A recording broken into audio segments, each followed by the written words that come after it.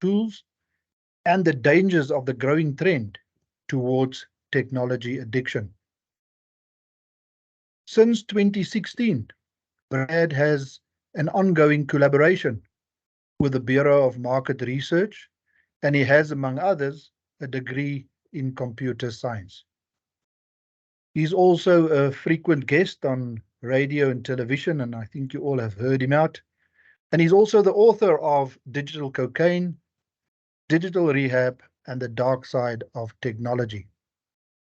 And as I understand, more to follow. Now, ladies and gentlemen, these focus areas have gained popularity among societies worldwide and have actually kindled a craving for continued work on digital human behavior and the impact of technology on humans, which are affecting societies worldwide. Now, ladies and gentlemen, by not mentioning the name of his wife, Beth, the introduction of Brad will probably not be complete. The Huddlestons live in a beautiful Shindona Valley.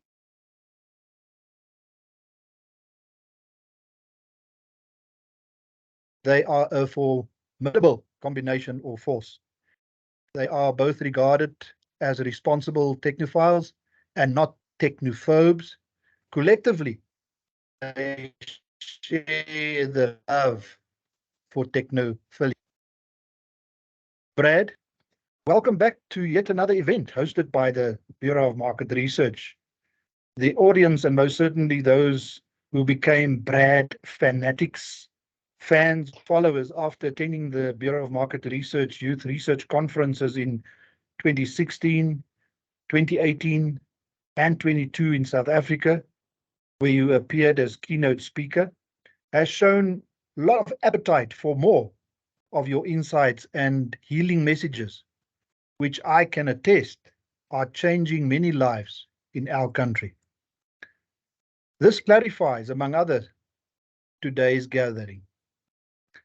I am also most pleased, ladies and gentlemen, to note the ongoing partnership with Dr. Basson's Youth Research Unit at the Bureau of Market Research, who's hosting today's event. And we would also like to welcome Antoinette. I would also like to welcome you as cyber friends and colleagues by thanking you all for joining today's event. I would like to request you all not to regard this gathering as a traditional webinar or online presentation, but rather a relaxed virtual conversation with Brad and Antoinette. Ladies and gentlemen, please experience today's digital conversation while enjoying your virtual drink of choice. May it be coffee, and may it be tea, or whichever quenches your digital thirst. So let me not waste time any further more, but rather transcend you into today's metaverse or digital space, where you can, in the comfort of your own space, socialize, play, and even learn more about the fascinating modern day work which Brad and Antoinette are immersed by, and which they are addressing to the betterment and advancement of societies, and especially vulnerable youths. Should you wish, you are more than welcome to post any comments or questions in the chat box, or even a simple digital shout out to share your excitement of being part of today's gathering will be appreciated. Pending time, ladies and gentlemen, we will allow some engagements by the audience with Brad and Antoinette at the end of the dialogue session. Ladies and gentlemen, I trust that you are already ready to participate in this event, and I now hand over to Antoinette to lead the conversation with Brad. Thank you, Antoinette. We're looking forward to a thought-provoking dialogue session. Thank you, Antoinette. Thank you so much, Prof, and for also joining us this afternoon. Always lovely having you, and welcome, Brad. Lovely seeing you today. It looks like you are sitting right in front of me. Wow, that's just amazing.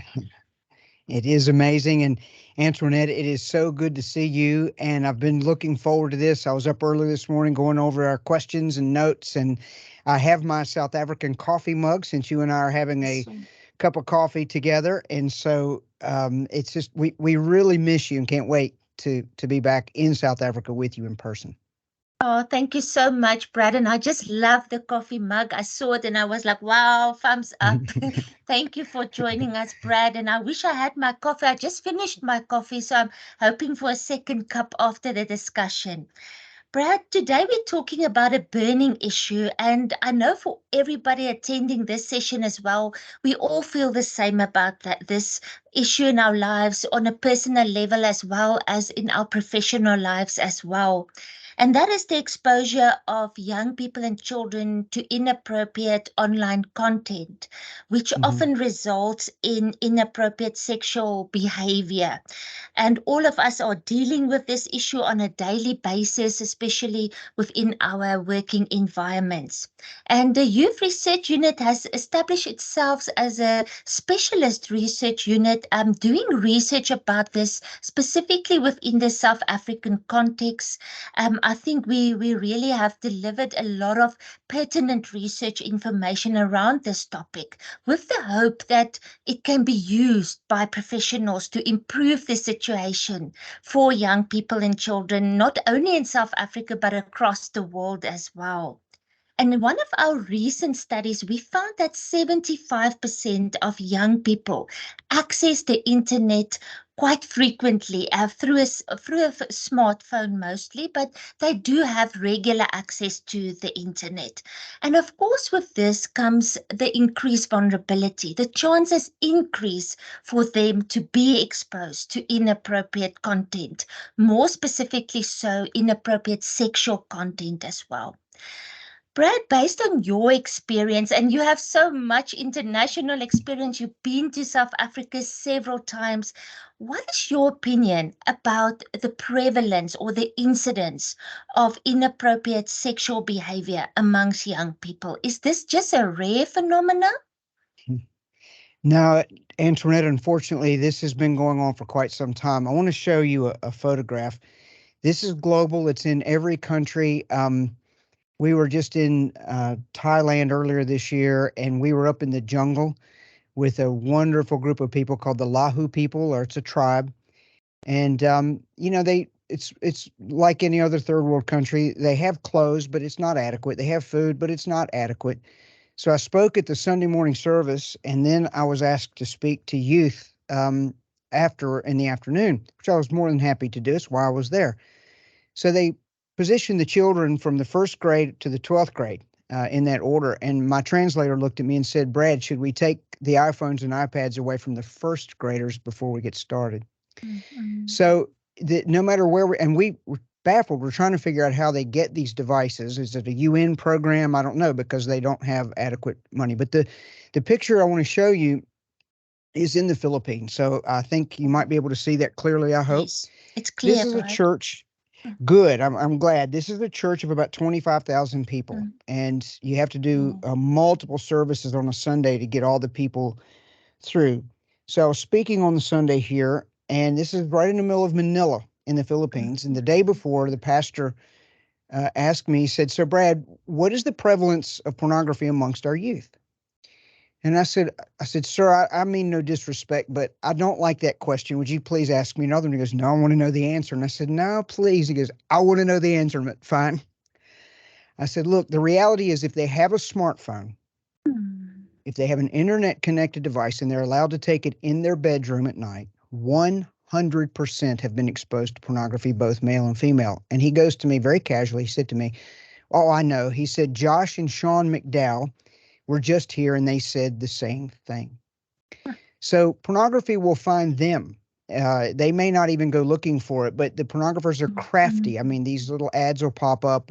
It's everywhere. So the prevalence and the numbers back this up too. And we'll get into that probably a little bit more, but it's very worrying. So the numbers are very high everywhere, even in places you may not think so. Yes, Brad, I can support you with that as well. We just, in our latest research study, actually found that almost 90% of young people admitted that they have seen pornography online. And Right. like you know, with research, there's always a bit of underreporting as well. And we found that very concerning for us, that just in South Africa, we've done this study and we find almost 9 out of every 10 young children, and that's as young as 12 years, confirmed that they have actually seen pornography. And this includes a variety of kinds of pornographic material, including things like bestiality, violent pornography, as well as even child pornography or child sexual abuse images. And that's extremely concerning for us. Brad, our research often touch on the impact of pornographic material or exposure there to amongst young people. And we find that, yes, there's a lot of impact on young people, both on an emotional level as well as a behavioral level. We actually found that young children are completely overwhelmed when they are exposed to these images. And very often it also motivates young people and children to become curious about sex, to also want to engage in sexual activity, and also to view men and women very differently. And that is a concern for us because, like we all know, pornography is such a wrong presentation of sexuality or a sexual relationship with another person. And unfortunately, our youth are now exposed to this. Brad, what's your professional experience? And I know you've, like I said, traveled the world. You engage with so many people about the possible link between pornography and inappropriate sexual behavior amongst children. Well, everywhere I go, Antoinette, it's the crucial issue. Unfortunately, here in the U.S., we're not allowed to talk about it too much in the churches. It's because look, I don't have all the answers as to why. I just know that if there's a topic that is controversial, or if it's political or things like that, the pastors here are taught to keep politics out of the pulpit. Not that I'm political or anything like that, but the reality is the laws can help. So a lot of research is garnered around the world, such as with the Bureau there that I'm privileged to be a part of from time to time, where we're trying to garner the numbers to protect children so that legislation can possibly be drafted. But here in America, you're not allowed to talk about it. So those are some of the obstacles about it. But it is absolutely the most crucial issue that we're facing, and it's the most damaging issue. You mentioned just a moment ago the bestiality. It's an uncomfortable topic, but I was in a city in South Africa. The last trip I was down there a few months ago, I was there strictly because of bestiality. A girl had come home, about 16 years old, and took her smartphone to her mom and said, "Look, these kids are all sharing this here." And she goes, "Well, what are they sharing?" And she said, "Well, they're tired of the regular sex, and so they're now looking at the animal sex, and they're laughing, and it's everywhere." And so I happened to be on Radio Pulpit there, and she rang up the radio network and requested that I come. They sent the message to me, and I was happy to go. I had a slot available. I went down. So this is, you're not exaggerating. What you're finding, I'm anecdotally finding in an entire school. And that's, it only takes 3 or 4 people to constitute a good focus group. Well, I had an entire auditorium full of kids. So it is a bad problem. And I just wanted to, I think we'll probably cover this at length, but I just want to show you something. During the pandemic, you get this question a lot, and I've written about this. The use of pornography just went, way up for obvious reasons. The technology became the babysitter, but the ramifications of that are absolutely scary. In 2020, Pornhub, and I do not want to advertise for them, but unfortunately, everybody knows what this is. This is the number one. It's in the top 3 of porn sites in the world. They're always cited. They keep, very detailed records. They are one of the world's biggest adult websites. They reported an increase of online traffic, 61% it went up. And the reason that they did this was because the Pornhub Premium, which was a paid subscription during the pandemic, they gave everyone who agreed to stay home as a reward, they gave them a free subscription to the premium content, which is the real bad stuff. And as a result of that, adult content site Pornhub knows we're all social distancing, so they've decided to hook, and there's the key, to hook everyone up with free Pornhub Premium to make our isolation just a little bit easier. So I'll show brain scans here in just a few minutes of what a porn addict's brain looks like. It is worse than cocaine. It's worse than heroin. And when they were hooking people, so when the subscription ran out, just like any other drug, people would come back and then pay for it. Unfortunately, that includes children. The children were left alone during the pandemic in their bedrooms to be occupied with, while the mom and dad were trying to do their remote working. And look, I blame no one. This is just what happened. So these numbers went, way up, and unfortunately, they have remained very high because of addiction. Yes, definitely, Brad. In South Africa as well, our research, we've done one study just touching on the possible impact of the pandemic on children and young people's well-being. And we were very concerned when young people confirmed that the content online changed for them. It became more violent, more sexual, and of course, they had increased exposure as well because they were expected to complete their schoolwork, for example, online, and also communicate with families and friends online as well. So definitely we have noticed from a research perspective also the impact of the COVID on children's online behavior. Brad, something else that I would like to talk to you about is artificial intelligence. And wow, we just know this is in the news all over, and we are all very curious about artificial intelligence. It's all over the media, and people are speculating that robots is going to take over our work and our daily jobs. Brad, let's talk about the connection between inappropriate sexual behavior amongst children and young people and AI. What is your opinion about this? Well, Antoinette, this topic of artificial intelligence has kept me very, very busy. I did a one-off lecture to a group here in our home state of Virginia in our local community, and it is so daunting to keep up with it because it changes literally every day. I would go to bed smart and wake up totally stupid.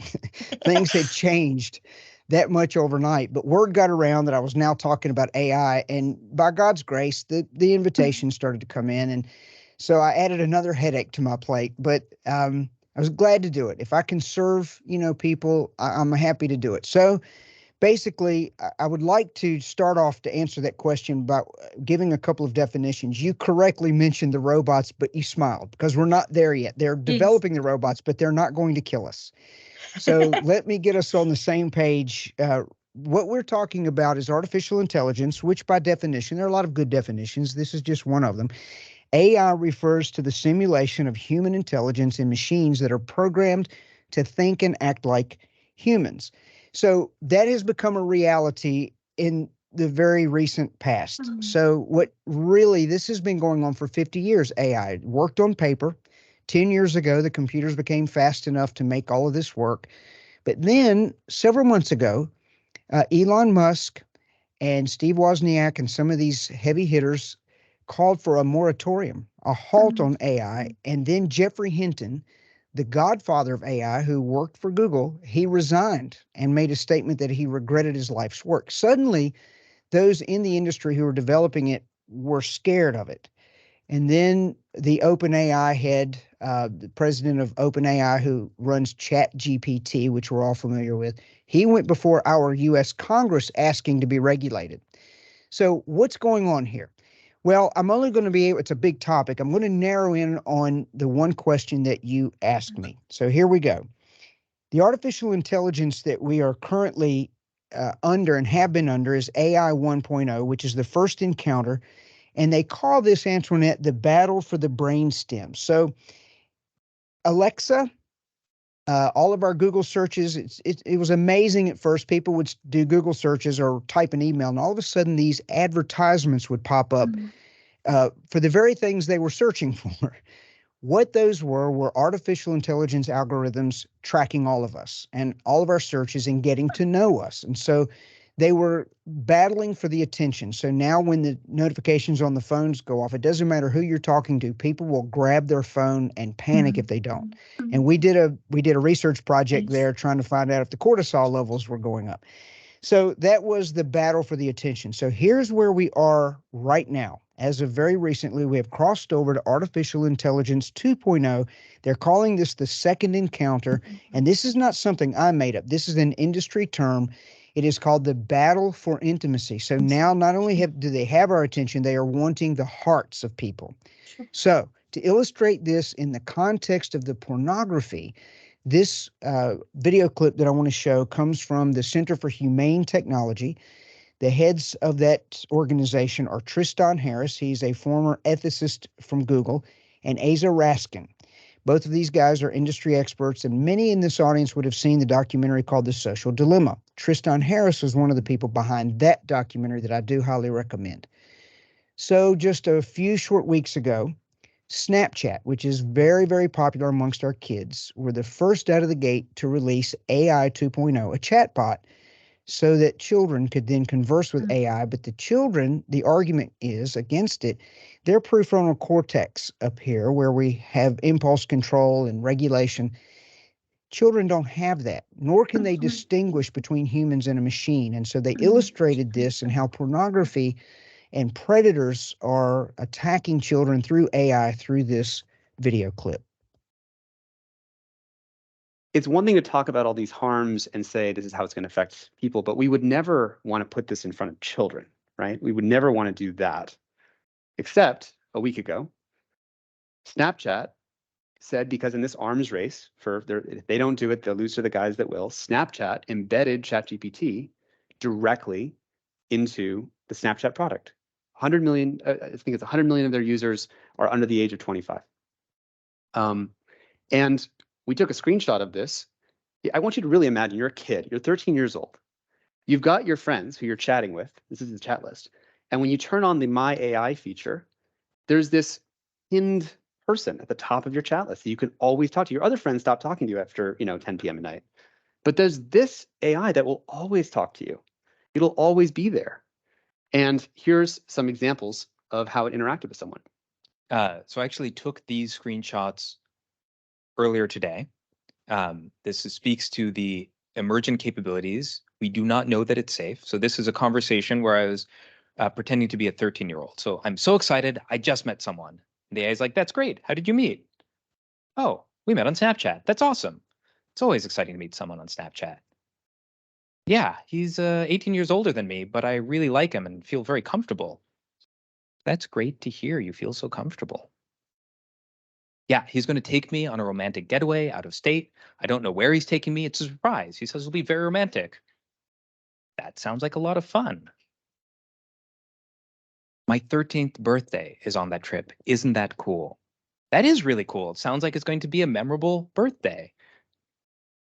We're talking about having sex for the first time. How do I make my first time special? I'm glad you're thinking about how to make your first time special. It's important to wait until you're ready, but make sure you're practicing safe sex. And as for making it special, you could consider setting the mood with candles or music. Right, so now here's a kid having a conversation with the AI, telling it that it's being groomed, or telling the AI that they are being groomed, and the AI is just happily giving them advice on how to have their first time have candles. So that's the fruit, Antoinette, of having a smartphone in the bedroom with parents who believe that they and their children are the exception to everything that we warn them about. That's why the numbers are 100%. So that scares me to no end as to where AI, that's mild compared to where it's headed and the things that you could get into right now. Well, Brad, that's really concerning for me as well. And I think we can just have another session just on AI and the link between children being exposed to this kind of content and discuss the impact of that on the well-being of young people across the world. Thank you so much. That was really a bit concerning, and I really think we need to look into that as well. Maybe do more research on that topic. Let's Brad, do it. very, very concerning for us is the fact that young people and children don't always seek support. We've identified there's definitely an emotional and a behavioral impact on young people and they don't reach out for support. They don't talk to anybody about this. We just saw now that what's happening late at night, maybe in a child's bedroom, they don't talk about this. They really don't reach for support, even though they go through a very intense and traumatic experience. We found in our research that only 10% of young people reach out to somebody, and that's when things are really getting out of hand and they really need help. And very often they reach out to people in their close circle, like a family member or a very close friend. What would you consider is the most appropriate response to when a child reach out to you, for example? I know we have a lot of parents in the audience as well. What is the most appropriate response? The thing that you don't do is panic. Now, internally, parents will panic, and that's understandable, and you should. But on the outside, the first thing that when you see that or they come clean, that you have to remind yourself is that the first step to healing is to come clean. So it's a good thing that they're doing it, regardless of which stage that they're in, whether it be early on, which, as you are correctly saying, is very rare, but something has crashed and they have seen something, they've gone into a depression, they're having anxiety, panic attacks, that sort of thing because of what they've seen. They've been traumatized. The first thing to do is don't show your panic on the outside. You hug them and tell them how proud you are that they have come to you, because you don't want to break that trust. And you say, darling, we're going to get you whatever help that you need. Now, you may not know where you're going to turn. That's irrelevant. God will help you. There's plenty of helps that we can refer you to, that there are people there that will walk with you during that. So what you don't do is show your panic on the outside, and you affirm their willingness. But there's practical things that you definitely have to do beyond reaching out for help. There has to be a maintenance phase. And so we're covering quite a bit of ground in a very short period of time, but I just want to put a few notes up to emphasize this. We've mentioned this. All technology, including television, has to be removed from bedrooms. Antoinette, I would estimate 80% of the problems that we've discussed already happen in the bedroom with the door shut, with parents who don't believe their children would do naughty things. Because thank God parents believe the best in their children and grandparents believe the best in their grandchildren. But the reality is, when we were young, if you'll remember back, we were all curious. We will all do these things. And then the question I get, well, how am I going to wake up? They're not used to having a traditional alarm clock, so I say, buy one of those.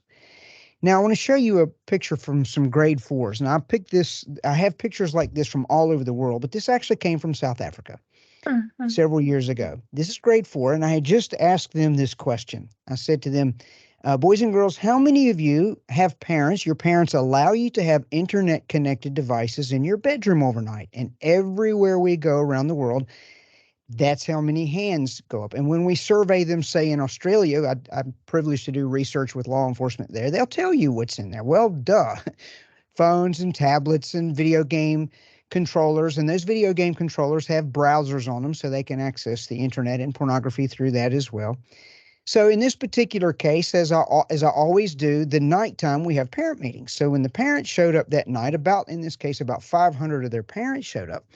At about the late stage of the presentation, I said to the parents, okay, parents, tell me, how many of you allow your children to have internet-connected devices in your children's bedroom overnight? And I counted. 7 hands went up out of 500. 7.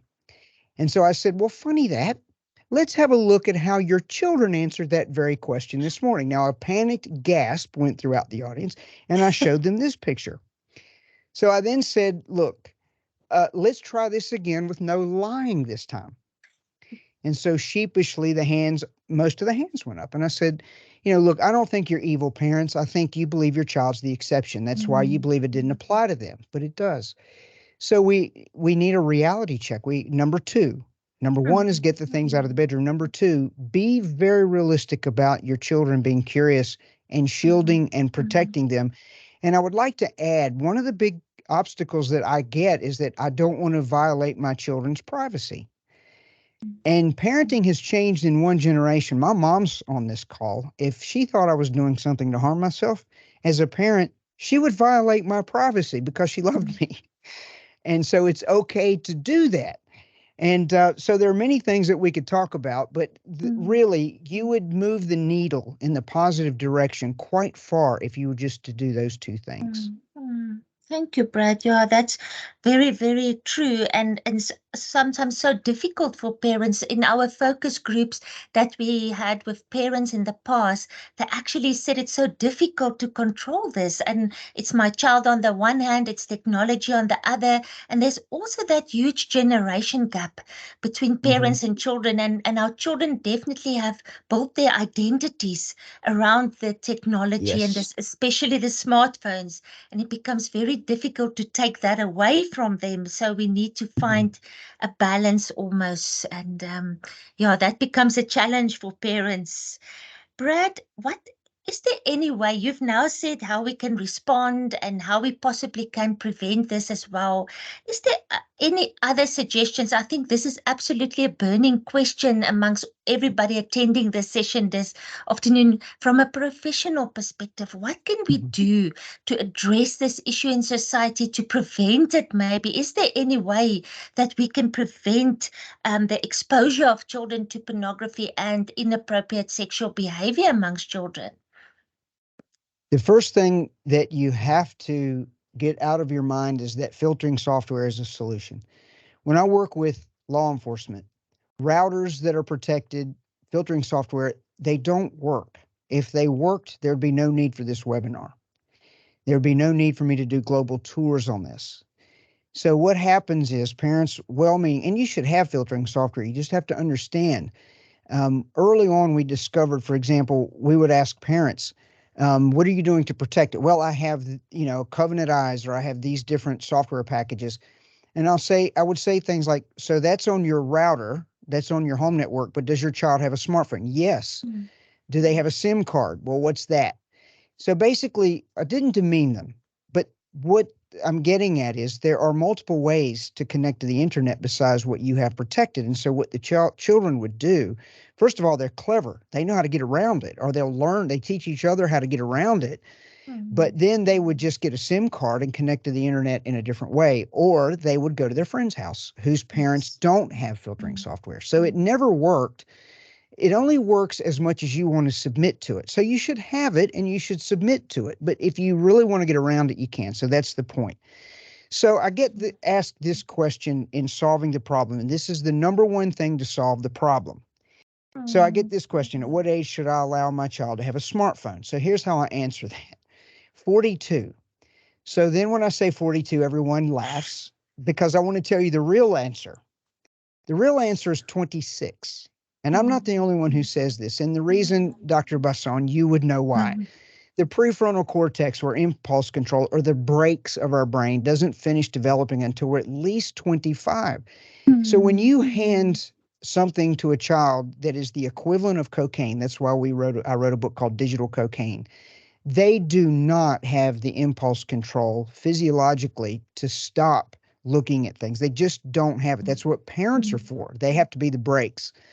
So when I say 26, it makes a little bit more sense once you know about brain development. But to answer the question further, when the parents say to me, well, they have to have it for an emergency, a dumb phone will take care of the emergency. Yes, they should have a way, especially in a country like South Africa or some of these places where in some place here in the US, it's very dangerous to live in our big cities as well. They definitely need. But those phones, these are refurbs of older Nokia phones, or Nokia, depending on where you live, it would determine how you pronounce that. But you can get a plan where the phone does nothing but make phone calls. And that is this now, but the parents will say, my child would throw a fit. I'm like, well, throw one back. You love them. That's what parents do. This is not always easy. And sometimes you have to do things that, later they'll come back and thank you for. And I always tell parents, just know this. When your children have their own children, your genius status will return. Just be patient until then.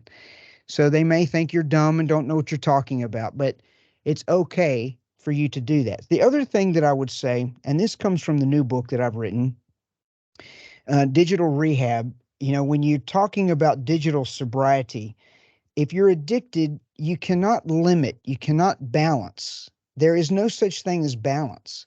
When you're addicted to a drug, it'd be like telling a cocaine addict, well, look, why don't you back off from 8 lines a day to 3? Let's be balanced about this. Let's limit it. Once you're addicted, a detox is totally in order. And in a nutshell, it takes a minimum of 4 to 6 weeks. And during that time, you can have no screens at all, including television. And then with a reset brain, a brain that is returned to homeostasis, you then come back with limited technology, and limit has to have a concrete definition. And basically what that means is, Antoinette, scores of people come to me all the time asking for help for things like porn addiction, social media addiction, video game addiction, but not once has someone come to me and says, Brad, I'm so addicted to Microsoft Word. Would you please help me? No one gets addicted to Zoom. So there are things that we do online, like what we're doing here. You're not going to get addicted. You should use these things. You should use these tools. I have an entire studio in here, but I could also use these things for pornography. I could use them for video games. I choose not to. So that's basically the new definition of limit. And I hope that helps. Yes, thank you so much, Brad. I was actually making a note while you were talking, saying we have wonderful legislation, for example, in South Africa, addressing online safety issues, exposure to pornography. We have professionals in our country that really goes for skills development and training. We collaborate across different fields, but I think what you are saying, it needs to go back to the home and the family and parents to really be involved. We can't expect government, for example, to protect us all from this danger and protect our children, but it needs to come back to parents and to also caregivers in the household to provide that guidance. Thank you so much, Brad. It's been lovely talking to you, and I know you have a big surprise coming for us. You are working on another book, and we are very, very excited about that, because we all have read your books. I have them here on my bookshelf and always page through them and think, oh, what is Brad saying about this? Brad, tell us a little bit more about your new book that you are busy with. Antoinette, thank you. If I were there, Beth and I would give you the biggest hug. You're so encouraging. We just appreciate you so much, and Prof and the whole staff there. We so miss you. Yeah, the story, the story behind it, I'll tell you in a minute. But the book is about identity, both personal and sexual, and I'm writing it for high schoolers, and to high schoolers, I should say. And the backstory is this: I was headed to a school that I had been scheduled to speak at in the Cape Town area. And I just love being in the schools there, both public and private. And you have freedoms there still. You're losing them, but you have freedoms there that we have lost here in America. In other words, I can talk about spiritual things, I can talk about scientific things, and I don't have to worry about ideologies and all that sort of thing. We can just be honest. So I was on my way to the school, and a couple of days before I arrived, I received a message from the person who was doing my schedule for Cape Town. And she said, I've just got a message, and she thought it was from the school, because it said, Brad, we have Googled you, and we see that you are not pro-LGBTQ. So when you come here, you're not to address these issues at all. So it was baffling, Antoinette, because I was going to speak on digital addiction and technology management. I didn't even know where that came from. That was sort of out of left field. So when I arrived at the school, I was prepared for the headmaster and the deputy headmaster to give me a lecture. Well, when I arrived at this large school, they hugged me and welcomed me. And I said, did you ladies send me a message? And they went, no, it wasn't us. And I played it for them. And they said, well, we don't really know who it was, but they surmised it was a couple of LGBTQ activists. And what happened that day, they turned me loose. We had a wonderful time with those students, and the response was tremendous. But a burden came on me. And essentially what those activists were telling me is that we have these children now, and you keep your hands off. And I thought, no, these are not even my children. These are God's children. They belong to God. And so basically what came out of that, Antoinette, I've been in places where parents, for example, one said to me recently, my daughter Evelyn came home and wants to be called Evan, and she was devastated. And where that came about, she heard me doing a talk on TikTok, which is that in the school curriculum is where they're learning about, create your own identity. So essentially what the book is about, written on their level to them, is a couple of things. One, the identity is already set. God has given us an identity. We are imago Dei, which means we're created in God's image. And that's a good thing. That's a wonderful thing.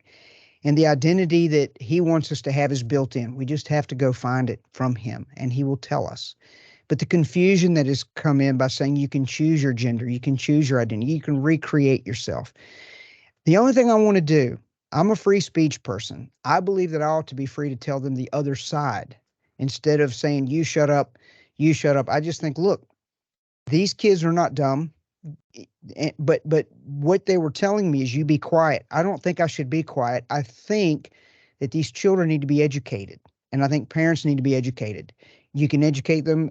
The other side is educating them. I think we need to be able to tell them the other side. So the other part of the book is the surgeries and the cross-sex hormone treatments that are offered. I simply, from a medical point of view, want to tell them what's going to happen to them. That's it.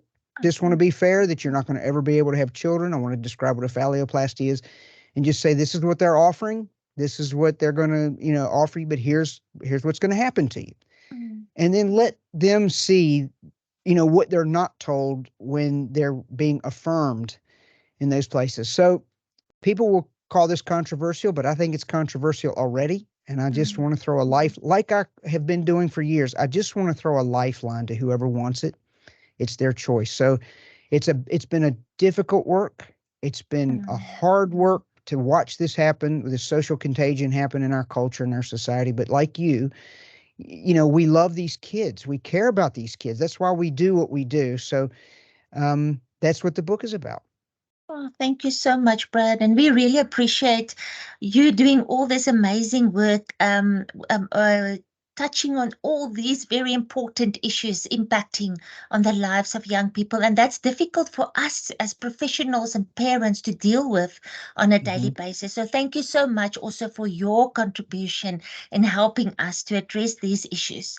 Brad, I don't have any more questions, but I'm sure there's people in the audience that definitely want to ask you and take this opportunity. It's not always that we get the opportunity to ask you questions and put you on the spot. So we're going to open the floor for anybody that would like to ask you a question. They are most welcome. If they can just indicate to us, then we can unmute the mic and give them an opportunity to speak. So if there's somebody from the audience that would like to ask Brad a question, you are most welcome.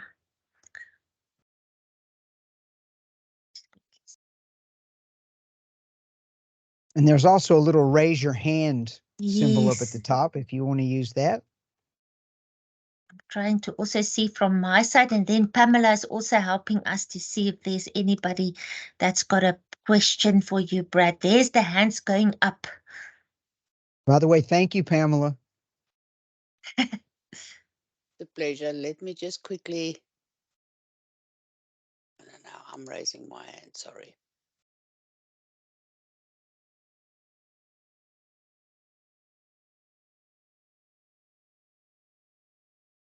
I'll take this opportunity to grab my South African coffee cup and have a sip. I see it's Catherine. Catherine, Yes. there's I see Catherine. She can now unmute herself. Catherine, you are welcome. You can just unmute yourself.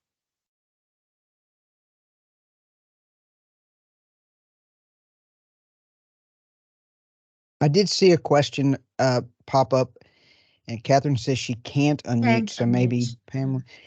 Yeah, so regarding the books, Coombe Books in South Africa, you can order them through Coombe or go into one of the bookstores. And also at Radio Pulpit, they stock them in their media section where you can order them there as well. Wonderful. Now we're definitely going to look out for you for those, and I keep all my copies here on the bookshelf, like I said. So I'm waiting for the next one and the next one and the next one to be written. Well, you're going to get it in advance because I've asked you to review it for accountability purposes. No, So I can't wait. I'm ready for you, Brad. yeah, thank you, Antoinette. Pam, can we maybe help Catherine to unmute?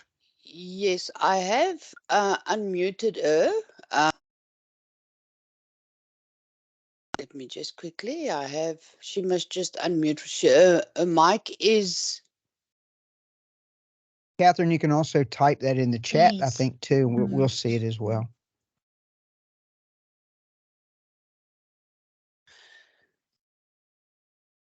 I think Catherine is maybe she's She is. typing. She says, I wanted. Yeah, she's typing. Let's see. I saw a question, should the birds and bees talk happen at a much earlier age? Mm-hmm. And then Catherine, if my son must use his smartphone at school. Okay, I got that, Catherine. I get that question a lot. And the answer may seem a bit harsh, but please understand my heart. I'm trying to empower you, okay? I'm not condemning you. What I would say in answer to that is that you raise your child and do not let the school raise your child. That decision about that phone is yours, not the school's. So I say that to empower you. If your child cannot handle a smartphone, then you request from the school to provide alternative means of education. And I have a form that I can send you from Dr. Nicholas Kardaris talking about all these ramifications neurobiologically and all this that we've been talking about, that the school will be held liable for harming their child if they don't make an alternative way. And that solves it. Every time that it's been used, it'll solve it, because the schools say, well, we don't have an alternative. Well, they'll find one. But again, and I'm trying to empower you, and most people don't like confrontation. I don't like confrontation. If you like confrontation, you probably have a different set of problems, but sometimes it's necessary. And so be sweet about it, but be firm about it, and don't let the school raise your child. That is your decision with that phone. Thank you, Brad. I don't know if you can see the questions on your side. There's been a few coming through. Did you see the one about should the bird and bee talk be done at an earlier age? Yes. What age? I would say, how? Yeah, I know that. Look, I would say no. You want to delay that as long as you can. Children need to be left innocent.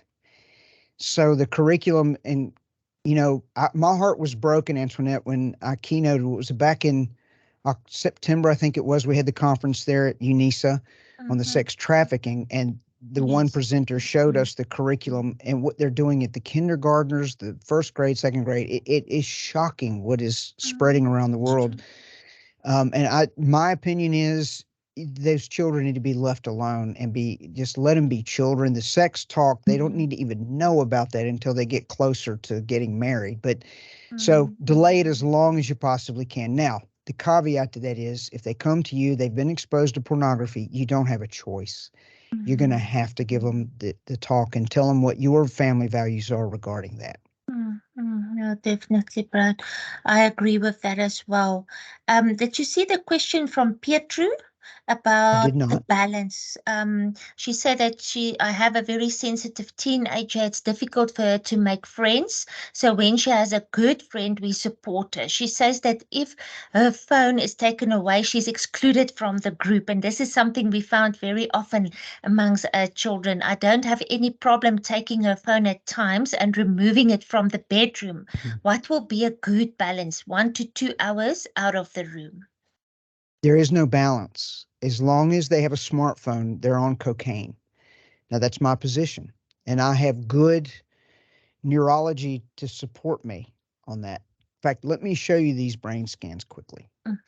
This is a normal brain. It's a baseline to which you compare what you think is a damaged brain, and you measure the deviation. So that is heroin, and you can tell that drug went in through a needle, and that is pornography, and that went in through the eyes.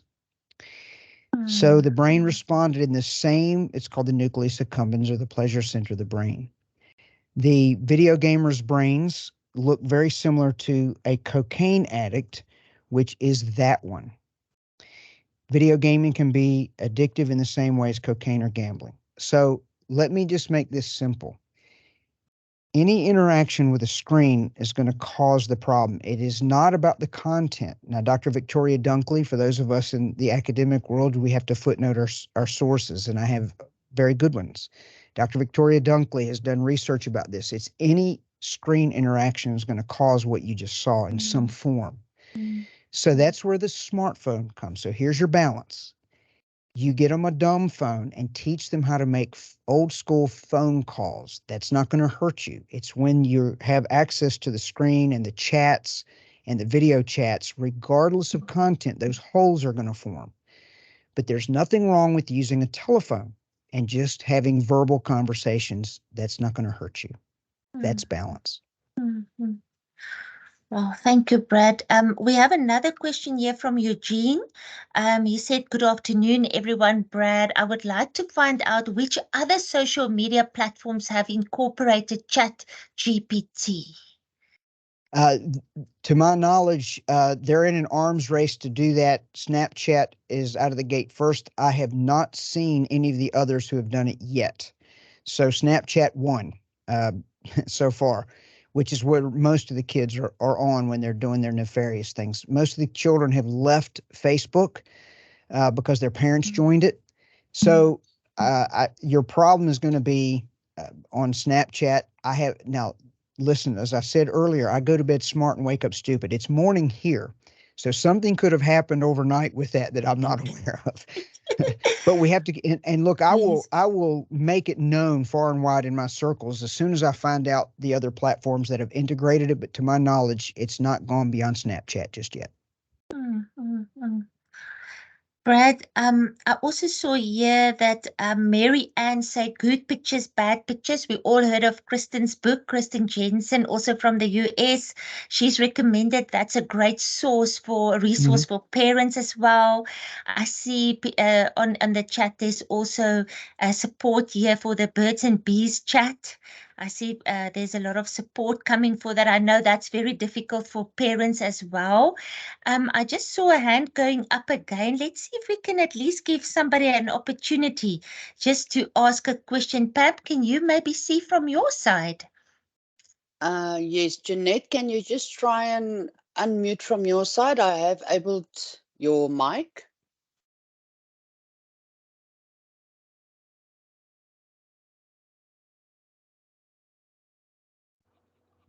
Ah, there we go. Ah, wonderful. Welcome, Jeanette. Hi, Jeanette.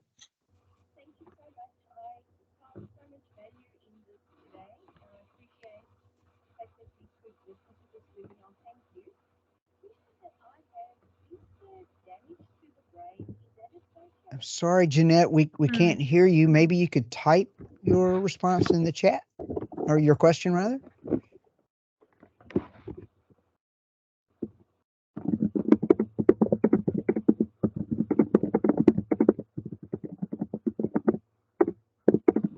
While she's doing that, oh, there we go. Sure, you're welcome. It's coming. Sorry, I think there's something with the sound, but I see Jeanette is starting to type, so we'll get it. And questions just now.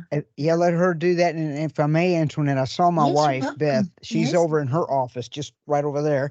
Yeah. What Beth is responding to, people are requesting that form that I mentioned. If you will send Beth in this chat, thank you, darling. Your email address, Beth will email that form to you. So just type your email address in the chat here and Beth will get that right out to you. Oh, thank you so much. And thank you, Bev. Lovely to have you with us as well. Wow, that's just amazing. I saw the other day that actually some of the schools here in Pretoria, South Africa, would like to start to ban phones during class hours at the schools. Just for interest's sake, we also received communication from my son's school that there might be a possibility that they don't want to allow the phones at school anymore due to the interference with the children's concentration during the day. So I can see that thing is starting again. And of course, my son was very upset with that. They really feel they need to have their smartphones with them during the day. So just out of interest sake, I think the schools are considering that move again. Yes, I see a lot of people are responding, Do you see Brad. that? Yeah, the parents are Mm. looking for relief. Yes. So everybody's afraid of that, but the reality is parents are desperate for an excuse to get rid of those phones. It's crushing everything. Yes, definitely. And thank you so much for your support and sharing this also with everybody today. I see there's a question, will this webinar recording be available? Thank you, Mia. Definitely, yes. We're going to make it available on the BMR's website. You can just go to the Youth Research Unit, and we have on our website a area saying hot and happening. And we usually post all our recordings there, and you're most welcome to look at the recording again on our website as well. Brad, there's a number of questions now coming through. I don't know Looks if like you we can... need to do part 2, don't Yes. we? With We just were questions. even saying, the other day there's going to be a need for a part 2. Let me just quickly see. I saw one, Antoinette, about reading on screens, the difference between reading on screens. I get that question a lot. It's a good question. Versus reading on paper. There has been a lot of research now on that very topic, and I have slides for all of this. Many of you who've seen me speak in South Africa or in Australia, depending on what part of the world you're watching this from. So I cite that, so you just have to trust me that I could do that. But the research is clear. Tests have been done on fiction and nonfiction. So they had groups of people read on the screen and the exact same material on paper, printed on paper. And the people who read on paper, both fiction and nonfiction, always crush the people who read it on the screens. And there's a lot of brain reasons for that. The screen gets in the way. The chemicals that are released by the brain being in an unnatural atmosphere, meaning when your eyes lock onto the screen, doesn't matter what the content is. So go analog as much as you can when you have to do long form study. If you have to read an article on the screen, it's not going to hurt you. But if it's very long, print the articles if they're long, like if you get a long PDF. So there are ways to integrate the analog with the digital. The digital is a great delivery form. We have that here, but same thing with note taking. People who took notes on paper scored way higher than those who typed their notes. So you want to integrate the analog and be very top heavy on the analog versus the digital. Thank you, Brad. I'm still old school. I always take notes and I still print. I have my printer next to me here.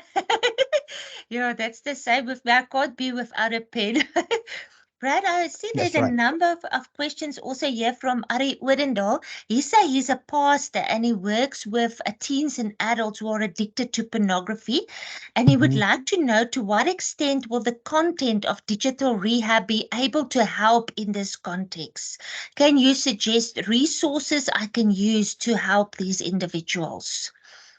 Sure. If you like the way I present things, you can go to CUM and get my book. It will definitely help you. It's all about detox and maintenance. So the first part of the book is the neurobiological effects of dopamine and what happens when the dopamine gets out of control in the brain. And then once you detox, the brain returns to homeostasis. And then the most daunting task is, how do you maintain it when the whole world has gone digital? So I can't address everything. I'm working on other materials, an online course actually. Now, I know you're going to think, well, that's digital. No, when you're detoxing, you won't watch my online course. You will go totally analog. But the maintenance, you're not going to get addicted to calls like this, I promise you. Technically you could, but you probably won't. So then I have a series that you can find at CUM. Or you could, if not, just email me. But I think they still sell it. It's called Pornea, and we shot that in Potchefstroom at Duet Church, and it's gone all over the world. It's 5.5 hours of video content on that subject. And if you are the person that asked that question, if you have a center where you're dealing with people, you're welcome to use it. Show it to your students. You'd be welcome to do that and integrate the principles from the book. Thank you, Brad. I think we have time for a last question, and then I'm going to ask Prof just to close this session for us today, Brad. Wow, we can definitely arrange a second session. I can just see from the response. We have a question here from Jeanette Gous. She also said, I would like to know if the brain damage is associated with podcasts as well, or only visual content. Audio podcasts, it's content dependent in that case. Usually audio is okay. However, there are caveats. Music is very addictive. Your children will fight you over music just as much as they will social media. So in that case, it's addictive. Most people, though, who listen to worship music, praise music, and they're interspersing it with their daily thing, it's actually very good for you. It's very healing. So it depends. But with podcasts can be very addictive too. So you have to be very careful. Typically, things that challenge us, like a sermon, they're not addictive. But when you're doing entertainment podcasts and you're talking about celebrities, people come to me quite often saying, man, I just can't quit. And I'm glad they're honest. So it depends is the question. And you have to, the best thing to do, the person who is addicted is really not qualified to self-diagnose. So what you do is you ask your spouse, and then you don't get mad at your spouse when they're honest. And then spouse who is responding, be gentle. So that's what or a close friend, just ask them. And when they reply honestly, don't be mad at them. But when it comes to podcasts or questionable areas like that, with things that can be beneficial, because podcasts can be very beneficial, both video ones as well. Now, less so than the audio, because when your eyes lock onto the screen, the clock does start ticking. But when you're listening to audio podcasts, some of those can be very healing. So you just need to self-monitor, yes, but then ask a friend who knows you very well outside of yourself. That'd be the best thing to do. Oh, thank you so much, Brad. Thank you for responding to all the questions. I know we had limited time and you need to think fast, but it's been so informative and always lovely talking to you. And I hope we see you soon in South Africa and that we can get that book and work on new research projects and really help everybody to deal with this huge social dilemma that we are facing. Thank you so much, Brad. Prof, I'm going to ask Prof Tustin just to end the session, and thank you so much to everybody who attended today. We really appreciate that. Over to you, Prof.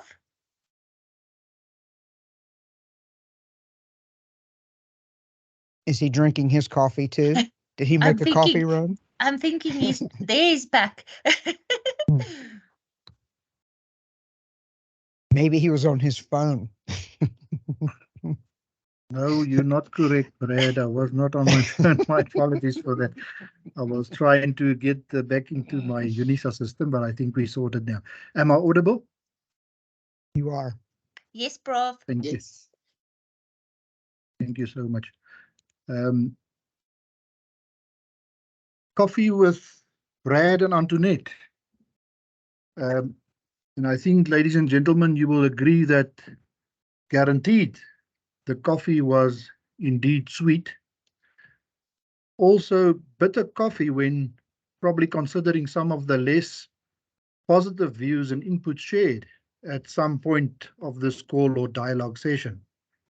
But guaranteed once again, rich in focus, relevancy, and content. Indeed, some great insights shared and a great dialogue session. Thank you both, Brad and Antoinette. And I want to acknowledge, Antoinette, this was your great idea, which you supported and also acknowledged. And I know both of you very well, maybe better than yourselves. And I know that both of you prepared well to give the guest the best value for all those who attended here today. A big, big thank you. And I also request that you have a close look at the questions posted and responses that we probably did not have time to reflect on.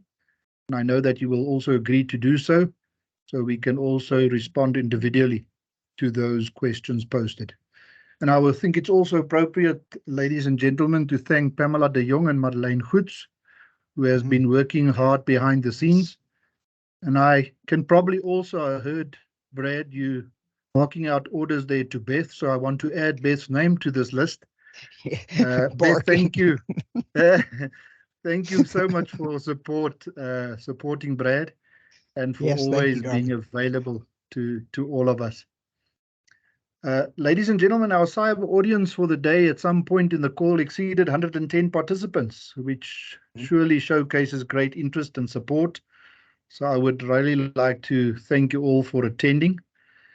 And myself coming from a research world, I would like to keep on pushing to say, keep on questioning, keep on commenting, and keep on engaging with Brad and Antoinette. The saying goes, stronger or together we are stronger. And this is not only a theme Brad currently running predominantly in South Africa in support of the Springbok Rugby World Cup campaign that will start this weekend, but also together we are stronger in generating business ideas and intelligence and seeking resolutions together. And I trust that the time invested by all our colleagues here today will secure good return on investment by changing our future society for the better together. And I wish you all well until we meet again, and hopefully this will be sooner than later. May you all be blessed in your personal and work life. Bye-bye for now. Thank you, colleagues. Bye. Thank you, everyone.